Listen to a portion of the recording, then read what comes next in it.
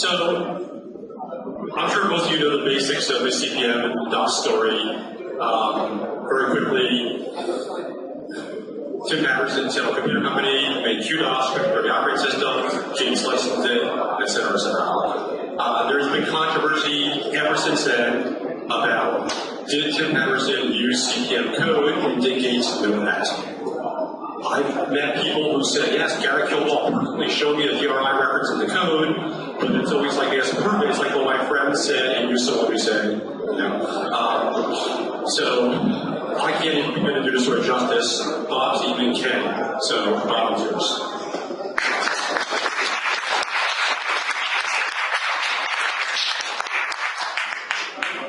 So do we have my mic on? People can hear me. Is this on? Okay, great. Well, thank you all for coming.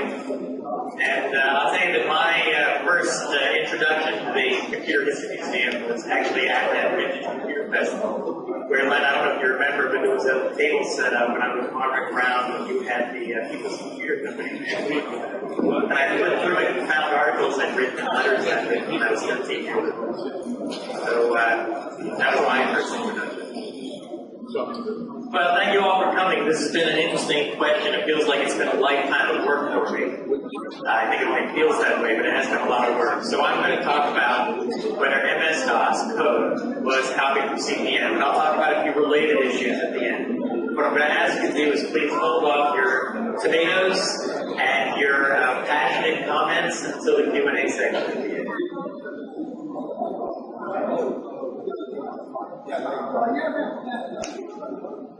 Okay, so our agenda is I'm going to give a little history of DOS and CPM.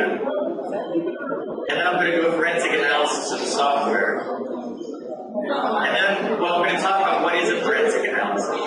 Then I'm going to do show you the results of the comparison, not the entire results. You can go online with the URL at the end. I'm showing that you can get all the results. And I have a 35-page paper that I'm going to find a place to publish that you'll have access to at some point. That hopefully answers every question about. Then I'm going to do a comparison of the command line interface between DOS and CPM. And we're going to do a comparison of the system calls for DOS and CPM. And then I'm going to come to the conclusion what, if anything, was copied and what's their copyright infringement. And then I'll have a Q&A. So here's a history of DOS and CPM. Now I know there's several different variations out there. Different people have slightly different stories, but this is what I've gathered reaching from everything I've read and from talking to the people who are involved in it. Some of you may have a slightly different twist on it, so you can bring it up with the Q&A. But first it was IBM that decided it wanted to build the hardware for a personal computer, and decided it didn't want to do the operating system or the software. So it reached out to this young 24-year-old guy named Bill Gates, who had a company called Microsoft, who was doing pretty well, selling Microsoft Basic. And they said, we'd like an operating system from you, part of the PC. And Bill said, you should talk to my friend Gary Kildall, because I don't know much about operating systems. We don't have an operating system. But Gary has the leading microcomputer CPM. In fact, the first microcomputer operating system called CPM is in Monterey, California. So IBM reached out to Gary Kildall. Here's where things get a little fuzzy, but I'll tell you my take on it. Gary saw IBM as Big Brother and did not want to deal with Big Brother. I was involved in the computer industry at that time, and I remember the feeling was IBM was a dinosaur. It was old, it was big, it wasn't into sharing, it was into big metal.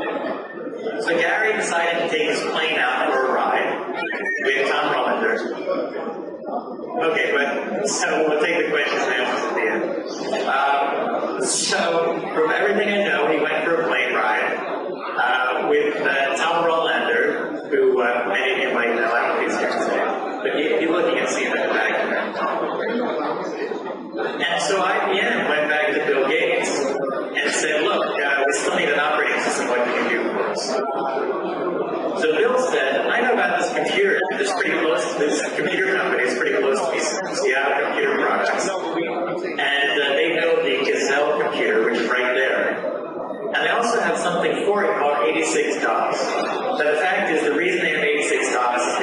CPM was not available. And so they had to write their own operating system, which originally was called QDOS, Quick and Dirty DOS, but Quick and Dirty Operating System. But when they sold it as 86 DOS. So Bill Gates knew about it, and he said, what if I license that from Seattle Computer Products and hire their programmer, Tim Patterson, to turn it into something I can sell to IBM? So they did that. Tim Patterson turned Quick QDOS or 86 DOS into PC DOS and MS DOS, sold it, licensed it to IBM, and as we all know, Microsoft took over the world at that point. Became the biggest software company in the world. Its operating system surpassed that of CPM. But this is a little summary. A couple things I want to point out at the end that some people, I think, lose track of. Seattle Computer Products did pretty well. They became a multi-million-dollar company.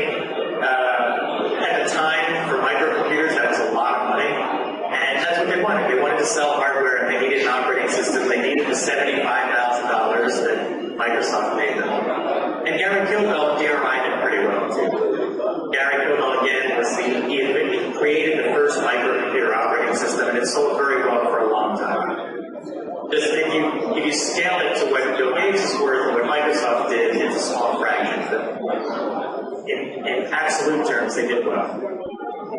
But the question is, was DOS an illegitimate copy of CPM? So first was the code copy. Second were the commands copied. And third is where the system calls copy. These are all issues that have come up over the years. Sometimes people conflate them a bit. So I'll guide you through my analysis, but I think it's important to keep them as three separate things. The other thing is, was there a secret command in CPM and DOS that proves the copy? So there's a claim by Jerry Cornell, who was a science fiction writer. I think he's still living. And he was also a writer for many computer magazines. And he made a claim. Now, that claim was in a podcast in 2006 talking to John Dvorak, who was a writer for PC Magazine. It was very difficult a few years ago to find that podcast, and since then it's been taken down. But if you go to my website, I'll give you the URL at the end. I put the clip back on where Jerry Cornell says that Gary Kilbell showed him in DOS a command you can run to print out Gary Kilbell's name and the DRI copyright. The first thing I'm going to do is take you through the forensic analysis. The things I want to emphasize is that it's a scientific analysis. So the legal issues don't come in. This is a problem that I've seen in the field. People try to introduce the legal issues before they've done the analysis. So if you're doing a DNA analysis of a murderer, for example, or a murder suspect, you don't start taking into account who said what about who, where the fingerprint should be. What you do is you take a fingerprint, you do a scientific analysis that's completely separate from the legal issues, and then you hand that over to the attorneys who determine legally. In other words, I think I might have mixed up fingerprint and DNA, but fingerprint or DNA, whatever you do the analysis scientifically, and then hand that over. Either the fingerprint matches, or the DNA matches, or it doesn't. The legal issues come in later. So I want to make sure we don't conflate those. The forensic analysis I've done is quantifiable and not determined by legal issues. I did something called source code correlation, where I find out how the source code matches. And another thing to remember is when source code matches, there's 6 reasons it can match. And only one of them is copying. So you can have common algorithms. You can have algorithms that everybody knows, so you're going to find it in different unrelated programs. You're going to have commonly used identifier names. I'm sure many of you have written programs for index, count, common English language words, but also other things. You might have P index or I index or I count or whatever. You'll find them in multiple programs. It doesn't mean they're copying. You have common author, where you can have a programmer who goes from one company to another, creates software independently, but that programmer likes to use certain phrases or certain conventions for naming variables, for example, certain sequences of instructions, and they're not copied. That's just the way the programmer does it. Then you can have third-party code. You can be using open source code. for example, or a library that you pay for. If both programs use it, they'll be correlated, but there's no sign of copying. It's not a sign of copying. Then you can have automatic code generation. You've got a tool that generates code automatically. So both programs that use that code generator, they'll have similarities, they'll have correlation. What you need to do in a forensic analysis is you need to eliminate the first 5 reasons. If you eliminate those reasons and there's any correlation left whatsoever, doesn't matter what it is, that's copying. One objection I have to computer science term, the terminology for this is computer science. Computer scientists tend to call this field plagiarism detection or software plagiarism detection. And I really object to that because plagiarism implies that something was done wrong, legally, right, or ethically. The thing is, I call it copying. It's the next step is the legal determination was that copying allowed or not allowed. From a scientific forensic point of view, we shouldn't even be getting into that issue. And then, so what my process does is this iterative filtering, which means what I do is I filter out anything that I can explain by any of the first 5 reasons I filter out. Now, the thing is, those could be due to copying, but I can't prove that they're due to copying, so I filter them out. So the only thing that I'm left with are things that I can prove are due to copying. So the CPM code was interesting. I had to go through a cleaning process. I actually spent a year and a half on this, partly because I'm really, really busy, and partly because there was just stuff to do that I didn't anticipate. So the best version of the CPM code I had was version 1.3. It was a series of printouts from a dot matrix printer, and they were very bad copies from a very bad dot matrix printer. So I had to first remove things that were not source code. Every page was stamped with a stamp that said copyright DRI. So I had to take the image, cut that out, and sometimes that was on top of code, so I had to go away and figure out what the code was beneath it and put that code back in. Then I went through optical character recognition process, but then I had to go through multiple passes of manual corrections because the OCR would change zeros to ones to zeros to O's, or vice versa, and ones to M's, and vice versa. I had to go through, and I had to have a CPM. So CPM was written in assembly.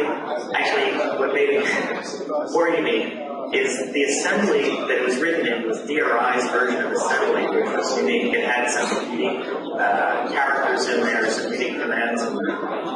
So, and the other part of it was written in PLN, which was the language that DRI and Gary Kildahl had invented. So I had to go through with these manuals in front of me and figure out how to correct these to make the code correct from the OCRs. Then about printer glitches. So the first printer glitch was on one page, it was just a string of characters that looked random. And I thought, I spent a lot of time talking to people. I talked to Len, I talked to, he put me in touch with some CPM groups and PLM groups. I talked to Tom Rolander, who was at DRI. He was the #1 employee after Gary Kildahl. Gary Kildahl was 0, he was 1. Nobody knew what this was. And I also found that there were these instructions that were not listed in any PLM manual paper. And it drove me crazy to figure out what these were. Well, it turns out I eventually determined that the printer had a problem where it just started spewing out random characters. So this string of random characters were just truly a printer glitch. Every once in a while, in addition to that, it would just print out an extra character. So if you look for an instruction that was a valid PLM instruction that had a wrong character at the beginning, if you took out that character, then it all made sense. And the characters, interestingly enough, the string of characters, these random characters, was in a sequence. Something like, not a case statement, but very much like a case statement, where it'd say case 0 do this, case 1 do this, case 2 do this. And it completely obliterated one case, but you can tell from the pattern what the next case was supposed to do. So I put that back in there. Then what I did is actually, so I have a program called Code Match that compares programs against themselves. And I actually ran Code Match on each file against itself, which sounds kind of weird because Code Match determines correlation. And of course, every program is going to be correlated to itself. So what this did is it printed out a list of all the identifiers, all the statements, all the comments, and I went through those, and any instructions that were not valid instructions had to be something else. So I go back and look at the printout and say, oh, this was a comment, but the semicolon says this is a comment got left out of the OCR scan. So I go put that in, run code match again, and do that over and over again until all the instructions were legitimate PLM assembler instructions, and all the comments looked like legitimate comments. So I did that, and then just to make things look nice, I reformatted the code because it was all, you know, all the tabs were lost, the spacing was kind of messed up. So it made it nice and neat. And it's on the Computer History Museum website. You can get the OCR code, you can get the actual scans, and you can get my OCR, my corrected code, and you can compare it. So the next thing I did is I used the file identify function code suite that determines what kind of files are there. It says whether it's assembly or PLM. It was also an assembly file that I did .src, which is unusual, but file identified it. I opened up the source code. I loaded into a tool called Understand for Scientific Toolworks, which allows you to organize the code. It actually looks at PLM. Interestingly enough, Understand can examine different languages in PLM as well. So it wasn't extremely helpful because it seems like our version, this old version of PLM wasn't fully supported by Understand, but at least showed some connections between routines, allowed me to go through the code a little bit. So the first part of the forensic analysis that my company does is to look for certain strings.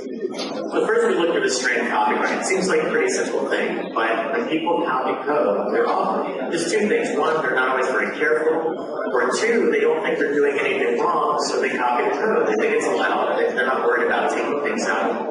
Look for the string copyright. Look for company names. I look for DRI, look for Microsoft, look for Digital Research. Digital Research was originally Intergalactic Digital Research, by the way. I look for author names. I look for Kildaw, I look for Patterson, look for Gates. There are a few other names. When you go to the paper that I've got, you'll see everything when I post in the certificates. And anything else I can think of. Even sometimes late at night I would search for we copy CPM, things like that. Now what I did find is mentioning that the first thing I found was something really interesting. In the DOS code, there's mention of CPM. And I thought, okay, now I found something. So I started going through all mentions. The first few mentions are talking about how CPM is different than DOS. In other words, it says, we're going to do it this way, and in parentheses, CPM does it a different way. I thought, well, that's not really a sign of copying. And I looked at the surrounding code and what it was doing, and a lot of it had to do with the file system. And it did do it differently. CPM and DOS did it differently. But then I found stuff, and that's the top three comments there. At the bottom, we've got two routines that actually work with file systems. And interestingly enough, it talks about 0 and stem. You see that towards the bottom for CPM. And then below that is another routine which says CPM EOF, and above it has a little character C, which means a control C character. I thought this was really interesting because, as far as I knew, there were two different file formats. CPM and DOS are different file formats. So CPM basically reserved a whole bunch of space for a file. So you know, even if you have a 1 byte file, you reserve a whole lot of bytes for it. So what CPM is, it put a control C at the very end, so you can find the end of the file that you're meant. I don't recall, 128 bytes, I think it was. Whereas DOS actually recorded file size on a byte basis, so it didn't need to have a special character at the end and say, here's the end. It just said, this file is X number of bytes, and you knew when you got to the end of the file, it was the end of the file, and you counted that many bytes. So what is the CPM and the file doing in DOS? So I found a clue. I did some more research online, but I looked, by the way, at the code around this, and the code was completely different. I did some more research online and discovered something new to me, and that is the early versions of DOS actually were compatible with CPM files. Eventually that was taken out, but the very early versions of DOS could read CPM files, and so suddenly this made sense that they were trying to read CPM format files. So again, not a sign of copying, although an interesting fact that I wasn't aware of. I thought it was a sign of copying. I got pretty excited because, believe me, if I find copying, that's going to be extremely and you'll see what I found at the end. I want to keep everybody at the edge of their seats. So here's where I just talked about, what I just told you.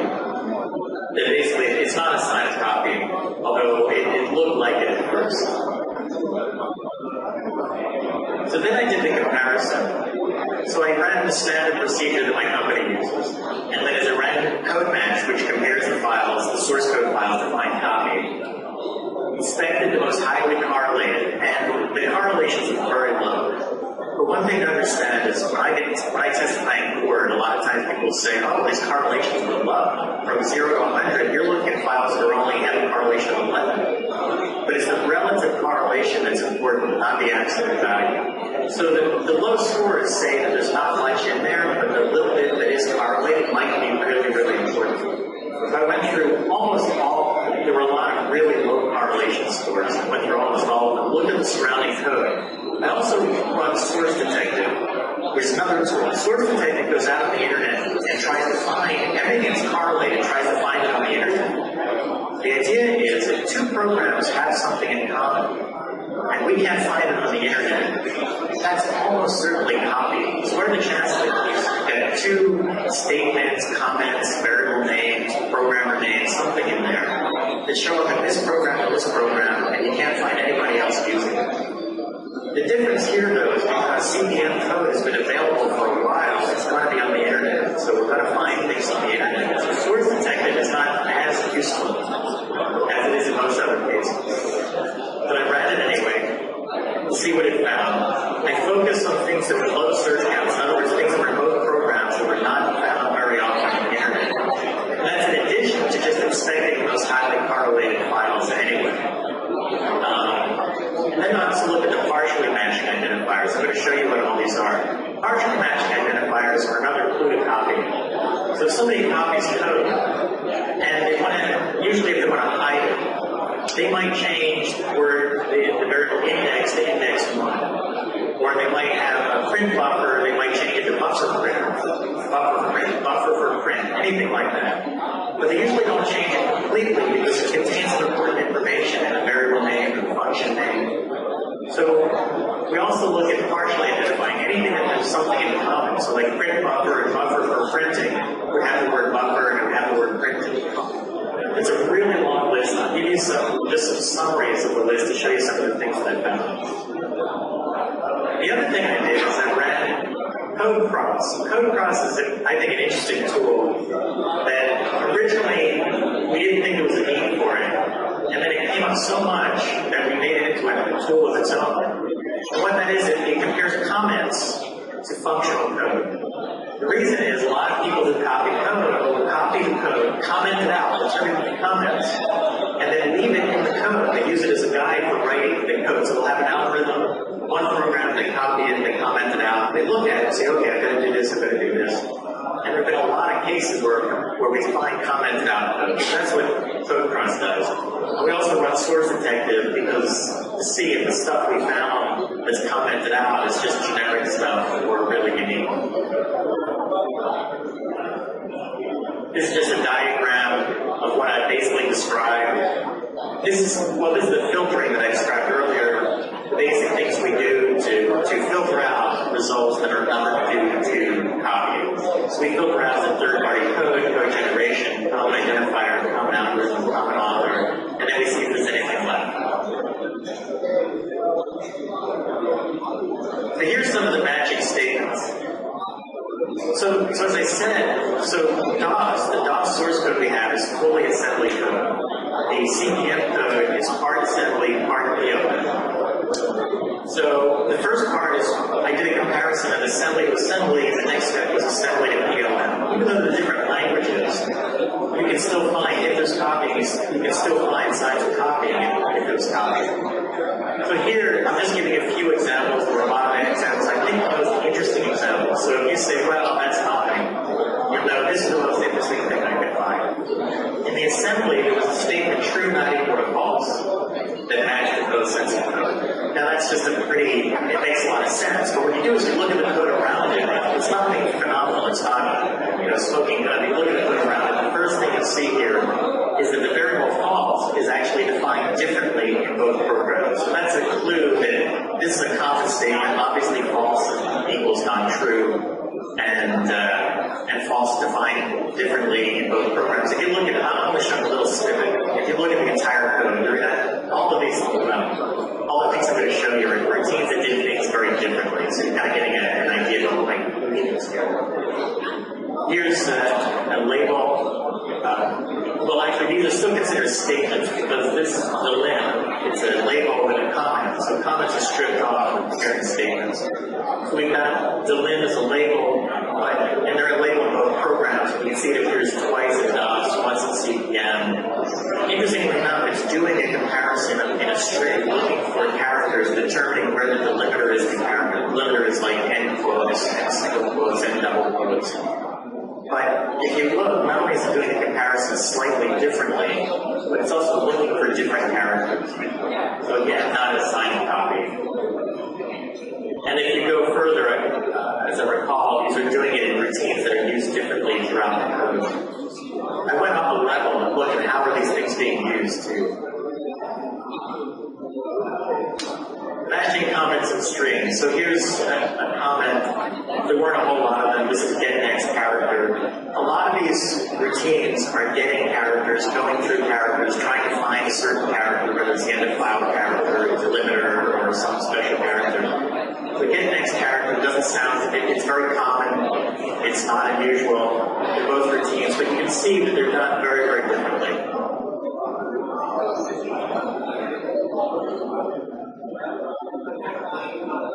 Matching identifiers. So here's the matching identifiers. There's a label by itself. A label can be a statement or an identifier. It's a statement that has one thing on the statement line as an identifier. You see CRLF, and you'll see that again that in DOS, CRLF is just moving some things, and in CPM, it's doing something very, very different. It's doing move, it's doing it for a print, but it's doing it in a very different way.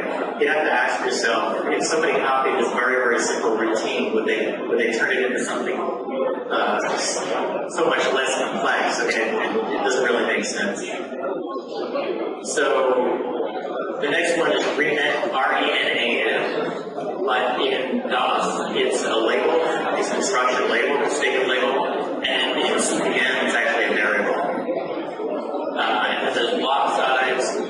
So block size in DOS is used for printer I/O. The block size, it is a variable, but see we're at 512, but nothing else. There's a whole string. I didn't show them here, a whole string of variables that are defined, or actually constants that are defined. Whereas in CPM, this is a block, it's a file allocation block, it's a different size, and everything surrounding this is Oh, I was going to comment about CRLF. CRLF shows up in both programs a huge amount of times. CRLF stands for Character Return Line Feed. It was a common abbreviation for a new line at the end of the line. And so you see it, but I checked every instance of that, and it was all used differently in both systems. So partially matching identifiers, there's thousands of them. I picked some interesting section I'm going to show you. If you look on the left, you'll see all the DOS identifiers in this section I'm showing you. And in the CPM, you see the ones that partially matched in CPM in the middle column. And on the right column, you'll see what they had in common. So it shows the common part. What we look for here is like, if it's in kill column, right? If it's in DRI, if it's in Microsoft, if it's in CPM, it's something that was unique. We're not really sure what we're looking for, but we're looking for something that's really unique. And what we found some interesting things like Koch, like this seems like one is CONCHNG in DOS, and in CPM, CONCHA, CONCHAR, OCONCH. Another one was. Then we look for instruction sequences. So the idea is, if you're going to copy code, and you really scrub it clean, which we've never really found before, but if you're going to scrub it clean, change all the variables change all the function names, rearrange things in different files. We see that sometimes routines are put in different files. It's harder to find. You mix and match routines. You take 3 routines from here, mix them with 7 routines from here, and put them into 4 different new files. But you're still going to have to find some sequence of instructions that are doing the same thing. Otherwise, why did you copy the code if you're not keeping the actual instruction sequence? You're not keeping the actual output. If you look for instruction sequence, this is the only one that came up. It's a jump table. It's doing very different things. But it's just something that's pretty common in code, where you go to some place and jump to another area.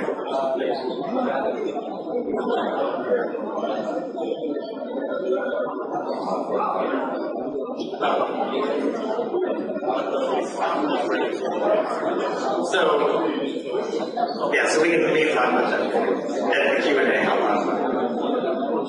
So then I looked at the PLF. So now I look for matching statements. There are very few. Again, we saw CRLF coming up a lot. Okay. And we see load. But here's a load statement. It's a label, but here it's actually at the very beginning of the file.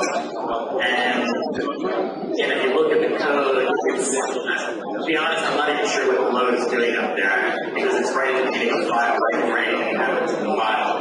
Whereas in DOS, that's a CPM, but in DOS, you see that it's doing some kind of memory check, and the code surrounding it is just different. Call CRLF, again, that's very common in both programs. CRLF and call CRLF are common in both programs, but if you look at the CRLF routines, in fact, I have it in my paper, one of them, I don't remember if it was DOS or CPM. I think DOS has a lot of routines called CRLF, and they all did something different. Not only from each other, they were similar to each other, but they were very different than what was happening in CPM. Then I looked at matching comments and strings. I love comments and strings together because they're both the same kind of thing for a forensic analysis, but if it's a string or a comment, it doesn't really matter that much because they're non-functional. So one of the few things I found is rub out, which looked pretty interesting because it's comparing to a 7F hex. So my first glance is welcome over comparing to a 7F hex. Again, the code surrounding was very different, and rub out was the name of the ASCII delete character, and 7F hex is the ASCII code for rub out. So again, nothing strange here. They both be searching for a 7F hex and calling it rub out. Okay, so now here we get to something more interesting. Here, and I think this actually has to do with the jump table that John pointed out. Here is something I found, setDNA. And setDNA shows up a lot in DOS and CPM. So here, this is what led me to something that I think is pretty interesting, and I'll talk about it a little bit later. So what you see is the code for these are very different. In DOS, it's just, except in one case, just setting a constant to a number. And in one case, it's got a little tiny routine that just loads some values into register. In CPM, every instance of setDNA is an actual routine that's doing something. So it's very, very different code. But if you'll notice, one thing that's interesting here is that all of them talk about setDNA, they all have the number 26 associated. So that got me looking further into things. I'll talk about it in a minute. But the code is not copied. But there's some kind of relationship with setDNA and the number 26. But keep that in mind as we go along. And then look at, again, partially matching identifiers. And this is just a partial list. Basically I look at the commonality, the partial matching, the overlap. I look at the overlap part here and find interesting things like this. Entry, I don't know what that is, random, rename, SIM was interesting, sing. But if you look at them, they're either common words or not even related at all. They just happen to have some characters in common. Again, nothing was in the code to show that these are common. Now let's look at the SourceDetective results. So SourceDetective says how many times have these found on the internet. Again, I'm just showing some pieces here. I'm showing the things that were found between both programs. They were found at least number of times on the internet. So these are the most interesting things, typically. So you look at comments and strings. Same DNA address shows up as and this is combining both PLM and assembly comparisons. The comment that showed up the least number of times is set DNA address. It showed up 51 times. That's a huge number. But maybe it's not a huge number because CPM code has been on the internet for so long. But it's still, in general, we consider that a pretty large number that we wouldn't care about too much. We wouldn't care about it to go do a further analysis of it beyond what we already done. But in this case, I did that analysis anyway. In other words, I looked at the code and said, is this doing the same thing on code? For identifiers, we found LSTFCB. Right? It shows up down here. So there's a lot of stuff talking about the file control log. Both DOS and CPM use the file control log, which was a common way of keeping track of files, but they did it differently. And then here we look at these statements, and we have, and we do have some statements that don't show up very much. And actually, I had found some of these in my first paper, and showed that although I wish that they were signs of copying, and I'm saying that because it's going to be, signs of copying is going to get a lot more publicity for this. I don't have any bias. I don't think I have any bias either way. I'm trying to do a bias analysis. But when I first saw this, and I talked about this in my initial paper, I thought, oh, there's something. It doesn't show up very much, and it's unique to JC com error. Turns out one's a communication error, and the other is a command error, and the code surrounding them are just very different code. Again, looking at all of these, the code surrounding them is very different, and some of them call disk write, jump not zero reboot, are things that you might expect to find in assembly code anyway. But again, if you look at the code surrounding them, very different code for very different purposes. So then I ran code cross, which compares comments to functions, looks for commented out code. All it found is the entire list of everything it found commented out code. That means code in either program that was found with comments in the other program. And the one that was found the most was end-to-end, which I believe is just an instruction that was commented out. People, when you're doing debugging and you're writing code, you'll have code in there, you decide you want to change it. Sometimes you'll comment it out to keep it in the code so you remember. And it shows up 55,600 times at least on the internet. Again, it wasn't, none of these were unique, none of these were something that said I need to look at these as signs of copying. So then what I did is I ran, so at this point I'm completed with the source code analysis. I've compared the source code for both programs. I wanted to do kind of a sanity check. I ran bit match that compares binary code. And I said, let me look at I have a copy of MS-DOS 1.0, which I understand is very rare. I got it from Daniel Sidori, who's also known as the Starman. He has a website about DOS and CPM. I got a copy because what I was comparing, what we have here at the museum is DOS 1.1. So I said, what about 1.0? So I compared DOS binary to the 1.1 source code, and I got a very high correlation. Now, when you compare binary, you're rarely going to find stuff that matches, because binary eliminates all the signs of copy, or many of the signs of copy. But there can still be some left. Mainly strings, like intermissals, are always there. Got a very high correlation to DOS 1.1, found a very high correlation to QDOS. My previous analysis looked at QDOS compared to the CPM. I found a fairly low correlation to the CPM source code. So, the question is there copy code? In my judgment, the answer is no. But let me go on to the other things.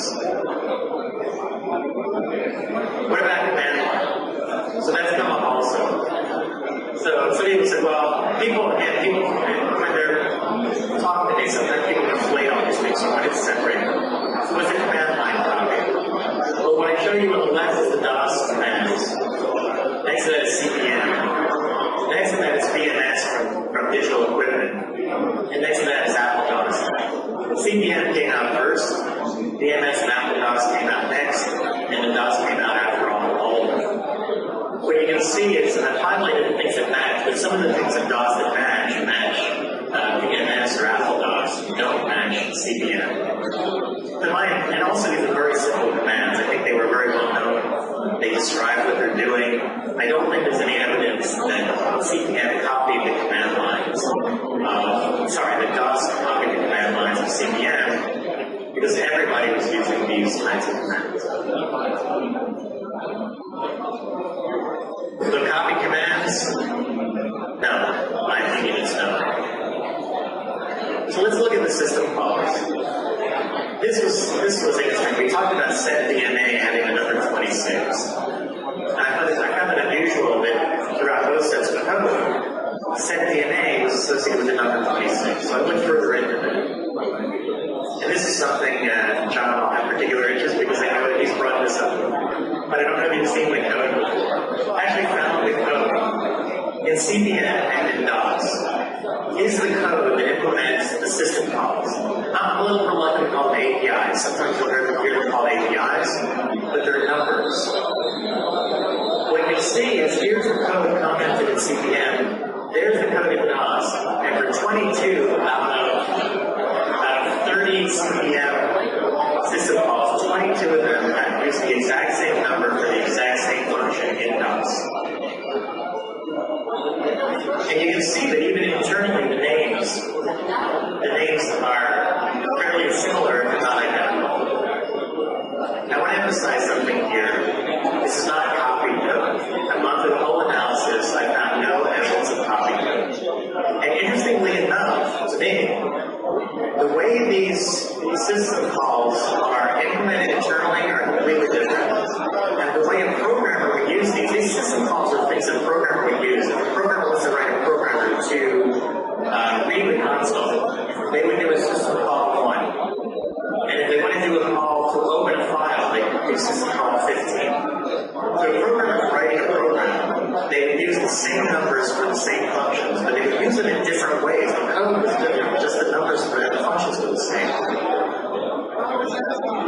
So the question is, were the system calls copied? And my conclusion is yes. My conclusion is that Tim Patterson, who wrote DOS, most likely had the CP/M manual in front of him and used the same numbers. Now, why would he do that? I'm not really sure. But it's obvious that 22 out of 30 of the numbers are the same for the same exact function. So now we get to, so that's the end of my forensic analysis. Okay? My forensic analysis showed the code was not copied, the command lines were not copied, but the system calls were copied. System calls are not the code. Again, I want to emphasize that. It's not the code. But is there copyright infringement? So, I have a disclaimer here. I'm not a lawyer. So what you're hearing is not from a lawyer. Some people mistake me for a lawyer, but I'm not. I'm an engineer. But I've been an expert in over 175 intellectual property cases. I should say I've consulted on or been an expert. Some of them I just a consultant. And I've written about intellectual property, specifically software intellectual property. A list of numbers by itself is not creative. Okay? And therefore not copyrightable. Because to copyright something, there has to be creativity. So a list of numbers is not creative, not copyrightable. But a list of numbers that arbitrarily represent specific functions is creative. Because anyone could have assigned any number to any function. And the fact that somebody chose one over another is creative. Creative means there's no reason, there's no functional reason to do it, there's no logical reason to do it. If you decided to do it because you felt it was better, maybe that's not a great legal definition, but that's generally the definition. Furthermore, DRIs appears to have indicated its copyright in this matter. Its CP/M interface guide, which you can find online, and which but you find it online, I have a reference to it.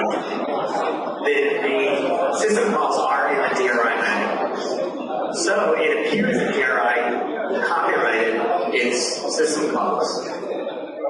one question, if this were to ever go to court, probably, I think the statute of limitations is run out.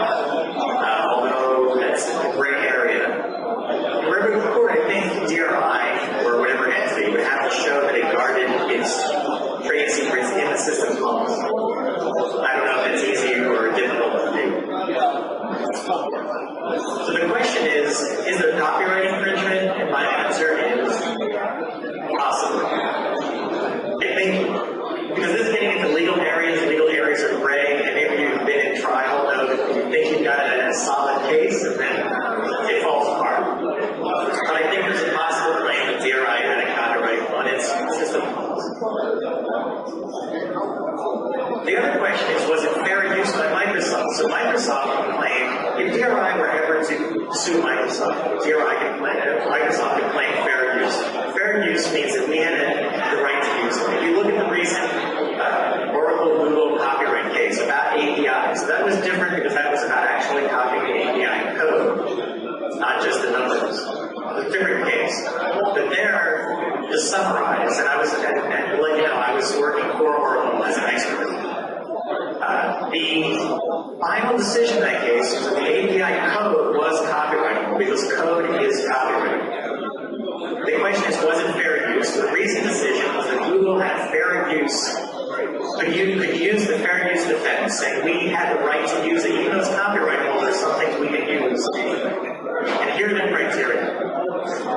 One, but I should tell you, it's very vague, it's a very gray area. There was an article by a professor that I really liked. It said, it talked about the Oracle Google case, and it said that any decision would have been the right decision. He had a personal, according to his knowledge and information, he believed the case should have gone one way in the Oracle Google case. But regardless of that, because fair use is a gray area, the jury can decide it goes the other way. And that happens fairly often. But here's the 4 criteria that you need to meet for fair use. What's the purpose and character of the use? Especially is it for a non-profit or educational purposes? Well, obviously Microsoft wouldn't meet that criteria. I think that any reasonable jury would not say that it was a non-profit or educational. The second thing is, what's the nature of the copyrighted work? Does it benefit the public? I think there's a lot of reasons where it'd be hard for Microsoft to say it benefited the public. Especially since, Google, I can tell you, Google made the argument that copying the Java APIs into Android benefited the public. But an argument, whether you agree with it or not, is an easier argument to make when there are hundreds of thousands or billions of people using it. And you can, using Java and later using Android, you can say, look at all the millions of people who benefited from this. Microsoft at the time, maybe there were thousands of people doing this, so I think it would have been hard for them to say it benefited. And there are other reasons. But then you've got to look at the amount. If it was just a small amount, or it was insubstantial, then it's okay. We can take a small snippet. Now, people get confused about this. I've seen arguments, in pretty big cases, let me say that, where they say, well, we only took a little bit. But there was a judge that came out with a decision, I don't remember which one, who said it's not up to the plagiarizer to determine whether a little bit was taken. Okay? So, I think probably Microsoft would not get away with this argument. Because if this is what, according to the cases that I've seen and been involved in, I don't do this, but I've had people on the other side do this. Say, look, we only took, in this case, let's say, we copied 22 system calls, but there were hundreds of thousands of lines of code, or tens of thousands of lines of code. What's 22 numbers compared to 100,000 lines of code? What I've seen in cases that I've been involved in is we only copied a few hundred lines of code out of a million. That's a real case. So they only copied a few hundred lines out of a million. But the problem is, if those lines were critical, if they helped the person copying or the company copying, then it's substantial. You look at substantiality is not only the number of lines, which is rarely the case, it's more like the functionality, how did it help them create their code, how much time did it help them skip, and how much of that code was really important, not how much as a percentage of the entire program that they could have solved. It's basically this judge came out and said, you can't say I could have stolen this, I only stole this. So that's not a defense. However, the last thing is, what is the effect on DRI sales of CPM? And there, I think Microsoft probably would have had a good argument. Again, with fair use and going away. But I think Microsoft could have made the argument and said, yeah, we copied the system calls, but that didn't affect their sales. Nobody bought DOS because, hey, I want to buy DOS because they have the same system call numbers. So, in my opinion, when we get to the legal stuff, it's more my opinion. I think Microsoft, had they been sued by DRI, they probably could have made a good, they could have made a good fair use argument, and there's a good chance they would have won. Again, it could have gone either way. I'm not saying they deserve to, or they should have, but I think they could have. So the conclusion, what was copied? Code was not copied.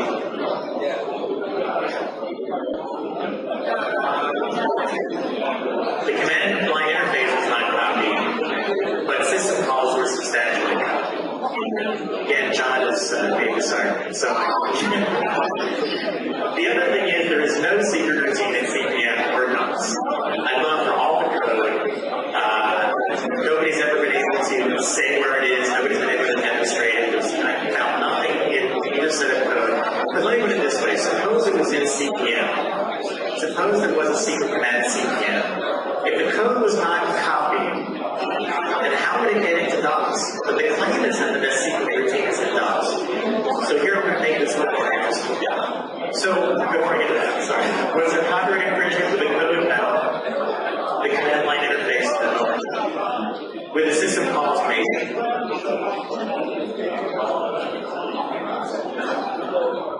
What about DOS 1.0? Okay, so the issue with DOS 1.0, what I understand is that